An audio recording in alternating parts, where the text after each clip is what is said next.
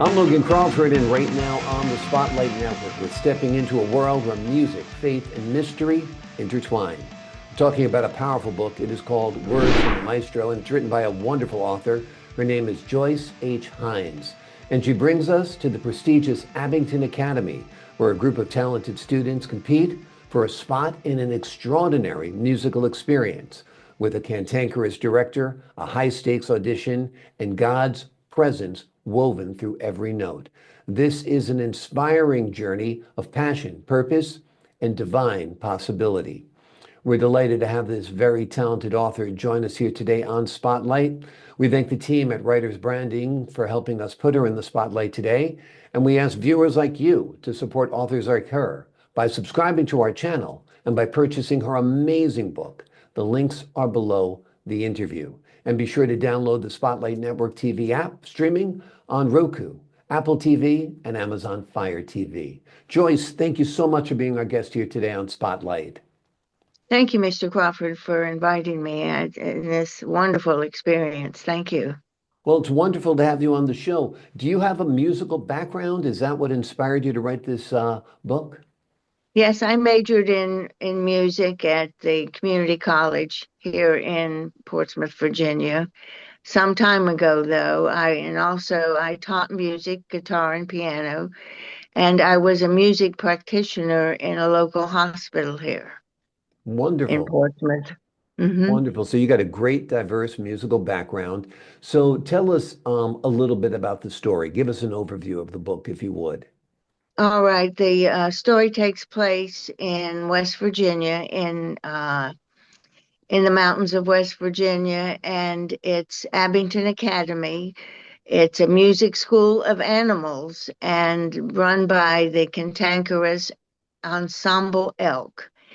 He's the director, but he would much rather watch sports. And it's the opening day of the academy, and he, like I said, he would much rather watch sports. And in his office is a big picture window, and outside the picture window is a pond, and inside the pond is two clownfish, Mhm. and they like to swim around and have a good time. And why the director is in the office there, they like to play around and spit up bubbles. So the during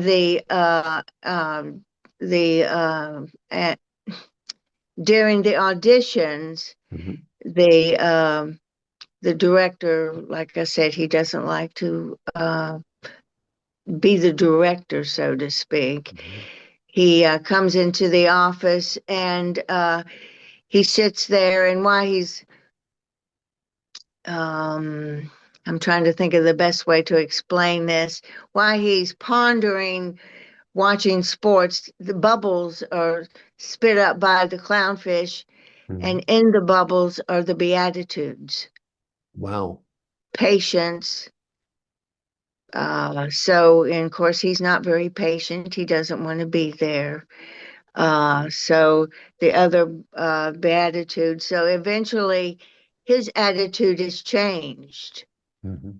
And the students are each letters of the alphabet, Mhm. one by one. Like there is a Zarzula zebra, Mhm. and she plays the zither. There is Pierre, who plays the piano. Mhm. There is, I'm trying to think, there's the bear. He plays the banjo, and each Right. letter has an animal, a musical term, and an instrument of each letter. So that's what makes the book kind of different because of the three combinations of the letters. I'm sorry, makes it kind of unique in Yeah, itself. absolutely. Who's your target audience for this book? Well, it was supposed to be young children, but as I got to writing, it got to be more intense. Mhm. So middle age, uh, middle school, or anybody who's interested in music. Mhm. It can be adults, it can be high school students, anybody with a love of music.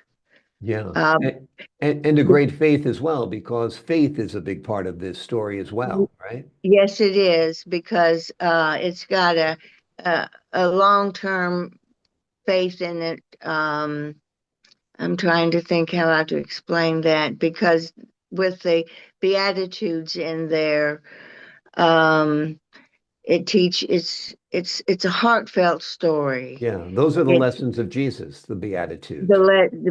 Beatitudes Yeah. and what in today's world where there's so much of people not living right, where we need to be more kind to people, more compassionate. Mhm. In the story. That's kind of like the lessons that we all should be living more, Yeah. and it's kind of a hidden message in the story that we all should be more kind to people. Well, that's a great message, an important message for people who are young and old, that we should be Absolutely. kind, no doubt. Talk to us a little bit about the character of Mr. Elmer Ensemble Elk and his role in Elmer, the story. yes, like I said, he's the kind of person who would just be sitting in his desk with his feet up on the desk and watching, eating and playing sports and um, lazy. Hmm. He's just doesn't want to be there. Yeah. He's not your workaholic by no means. He he just likes to be lazy. Yep, Uh, exactly. you Tell us know, about building the world of Abington Academy. That is such a great setting that you created there. well, my dad grew up in West Virginia in Putnam County, which is where this story takes place, and it's outside of Charleston, West Virginia. Hmm. It's on the banks of the not Potomac, but on the outside of Charleston, Hmm. and uh, and that's where my grandparents grew up. So that's what made me focus the story there in Academy. Great. Yes. Wonderful. Wonderful. Is there a message you hope readers take away from this story? The message is a message of love and peace and compassion for everybody. Hmm. We don't see that today. It's too much me-itis is what I call it. Mhm. People too much of into themselves instead of others Yeah. and reaching out to people. Yeah, I like that. Me-itis. I'm going to have to steal that because that's very good. That's very good Yeah. indeed. Have you envisioned this book as a movie, perhaps? I think it would make a really interesting movie. Hmm. I think it would be a great message for everybody. Um, I think it would be a great movie, Yeah, actually. I think so too. I think it'd be very unique, very different, very compelling. And your message of goodwill, I think, is one that's needed today, particularly in the entertainment world where there's so much violence and so much of Yes. depravity that's portrayed on the screen. So I think we do need a wholesome story like this, no doubt. Is this your first time writing a book? This was my very first book. I wrote it during the pandemic since I couldn't go anywhere. And uh, and I enjoyed looking up the different instruments with each letter of the alphabet because you don't find too many instruments with the letter X except xylophone and Exactly. even Z for zither. Hmm. And looking up the animals for the different letters was kind of fun. Hmm. And looking up the different musical terms for each letter. Yeah. In the book is over 120 some musical terms, which Hmm. are explained in the back of the book. That's So it's a learning book besides a good feel book, which you don't find much anymore. yeah. So there's a lot to learn and feel good about once you read the book. Absolutely. Tell us a little bit about your life outside of being an author. Well, I was a musician. Hmm. Um, I learned to play I was also an activity director in nursing homes. Hmm. And I learned to play the dulcimer after watching somebody play it. And so I was a guitarist, a piano, and a dulcimer player. So I always considered myself a strung out musician, That's playing great. nothing but stringed instruments. That's great. What is a dulcimer anyway? A dulcimer is a mountain instrument. This one in particular was a hammer dulcimer. Hmm. It had 58 strings going Mm. intertwined, and you played with these little sticks. Well, that sounds so you almost like a xylophone. You bang the Sort of, kind of, yeah. yes. Uh-huh. Amazing, amazing. So you learned that, you picked that up just from observing, huh? Yes, I did. Amazing. Well, you obviously have a good ear for music and a good musical brain, no doubt. Well, I don't know about that, but it was really something to learn. And as a music practitioner, I played for dying patients in the Hmm. hospital, and that was actually my calling. Yeah. Well, that's beautiful that they spent moments with you, a good person, a kind-hearted person, and somebody who's talented at music as well to bring a little joy into the last moments on earth. So I think that's wonderful. Is that an instrument that is associated with the West Virginia area, the dulcimer? Yes, it's kind of like a mountain music. Yeah, you would, uh-huh. The people in the Appalachian area, yes. Yeah. Do you think Mhm. music can be a form of spiritual connection? Tell us about that. Oh, absolutely. Music it comes, I feel like it comes from the heart. It connects to just about anybody. Hmm. Uh, Yeah. And I certainly a feel it. big part of worship is the music that's played as well, right? Yes, sir. Yes, sir. Yeah. I continue to play it at the church I attend, and I play the piano there. And absolutely. Yeah. Well, that's wonderful. That's wonderful. What was it like writing the book? You said you started writing during the pandemic. Did it just flow? Do you have to struggle at times? Tell us what the writing process was like. Well, it was kind of like a God-giving, it just came to me. I sat at McDonald's and wrote it. Hmm. My cat would bother me, so I actually wrote it at McDonald's, and it would just kind of flow. And it was a God-given book. Did you have to keep on ordering French fries and Big Macs to stay there, or did they let you just sit for a while? No, I would just sit there. Yeah, they let me sit there as long as I kept buying a drink. Okay, a drink. Okay, because I don't want you to have too many French fries or Big Macs, you know. No, no, no. Although you're making me hungry now. That sounds perfect right about now. That'd be great. That'd be great. What do you hope readers, or what kind of emotions do you hope they experience while reading your book? Well, I think the message is a good message. Hmm. I think it's a feel-good music, a feel-good book, and the message is a message of love. And I would hope that it would inspire people to be more kind Mm. and to think about others and get rid of the me-itis in you. Yeah. Who was your first reader? Who did you share the book with when you first got it, when you first completed it? Oh, probably one of my good friends and the people at McDonald's. That's great. That's great. And you said it in Putnam County, West Virginia, because Yeah, that's where your family's from? that's where my dad was born. Yes. Yeah. Uh-huh. Yeah, it's got a real rich history there. Tell us about Putnam County, what it's like. Well, it's on the banks of the Kanawha River, Hmm. and that's where my grandparents, right there on the banks of the river, there where they were buried. And Mm. my my father's parents were born there. It's of course it changed a whole lot as like every small community has grown. Mm. We used to travel there. I was born in Huntington, Mhm. so we would go there every weekend and visit them. Yeah. So, yeah, but they're all gone now. So, Yeah. It's a beautiful part of the country. It's the Blue Ridge Mountains that are there, right? Yes, it is. Yes, it Yeah, is. Uh-huh. yeah. Perfect, perfect. And are you working on any new books now? Yes, my new book will be coming out. Actually, it'll be premiered at the London International Book Fair. I'm going to Wow. London next month. The book is called Heart of the Matter.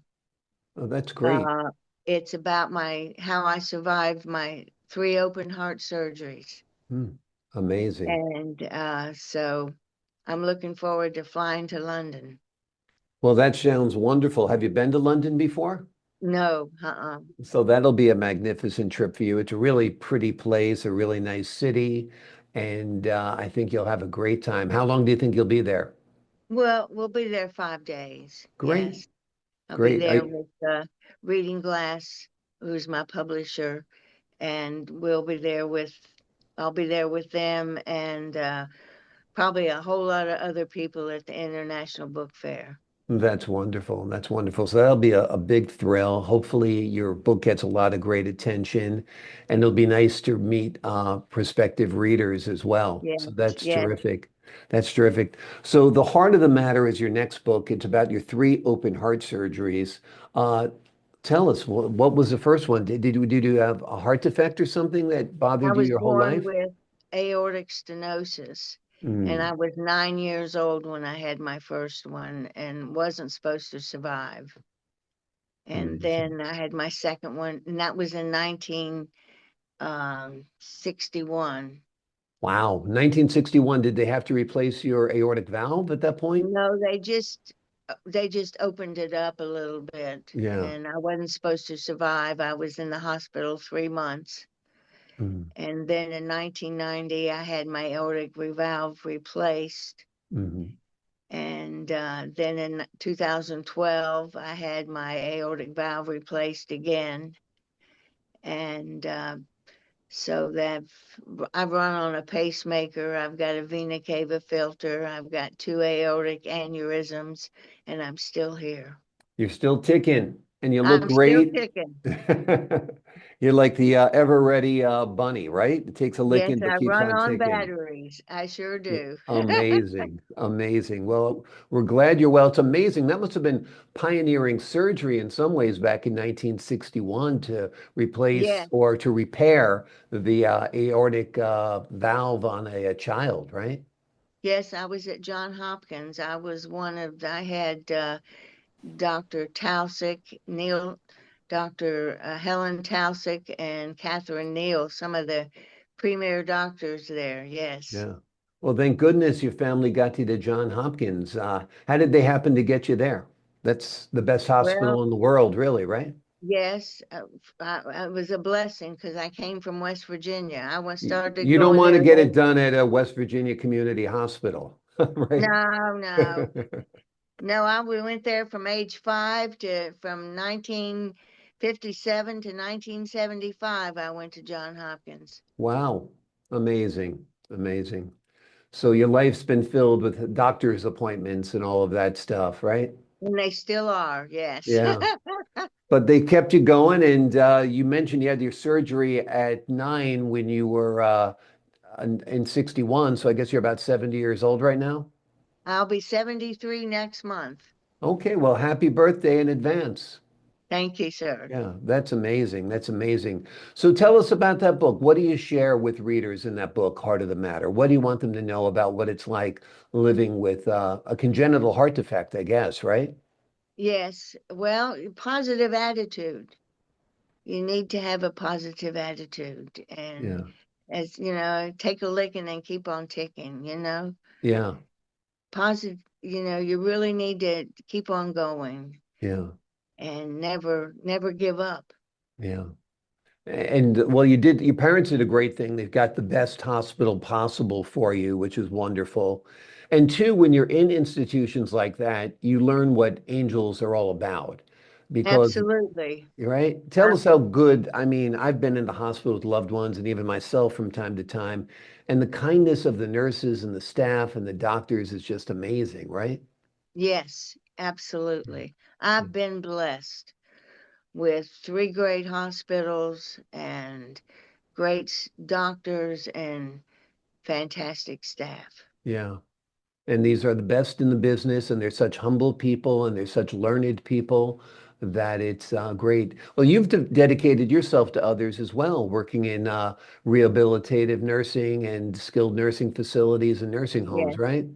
yes, I've worked 18 years in healthcare. Yes. Yeah, wonderful. And most of it has been in, tell me about your career in healthcare. What did you I do? worked 18 years as a activity professional and Mhm. 3 years as a music practitioner, playing Wonderful. for dying patients and bedside music.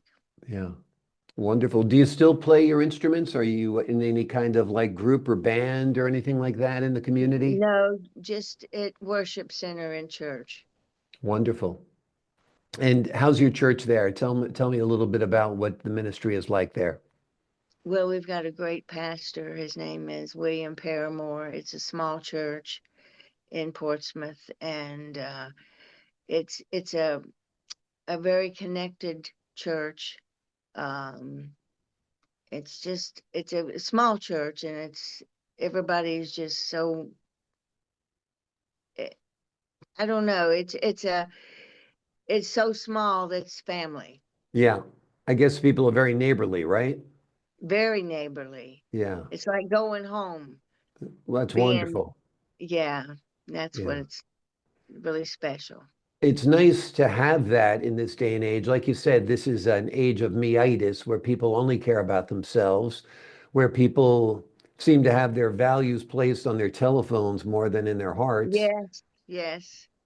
You So know, it, you go to Sunday school and you know that so and so's not here. right. And you notice that. You know who's missing. Hmm. Wonderful, wonderful. Well, I'm glad you found that connection. And what's been the response from readers who you've communicated with who've read your book, Words from the Maestro? Well, I'm always hearing from different people about the book. I still get phone calls about the book, about people wanting to publish the book, but I'm very happy with Reading Glass. Mhm. And so I've gotten very positive response. That's great. Well, you should because it's a wonderful book. It's an amazing story. It's very original. It's very unique. The name of the book is Words from the Maestro. In it, Joyce Hynes brings us to the prestigious Abington Academy, where a group of talented students compete for a spot in an extraordinary musical experience. It features a cantankerous director, a high-stakes audition, and God's presence including the Beatitudes, woven through every word, every note. It is an inspiring journey of passion, purpose, and divine possibility. Joyce, thank you so much for joining us here today on Spotlight. Thank you for having me, Mr. Logan. It's my Thank pleasure. you. Great speaking with you. To the folks at home, I'm Logan Crawford, thanking you for your time this time until next time on Spotlight.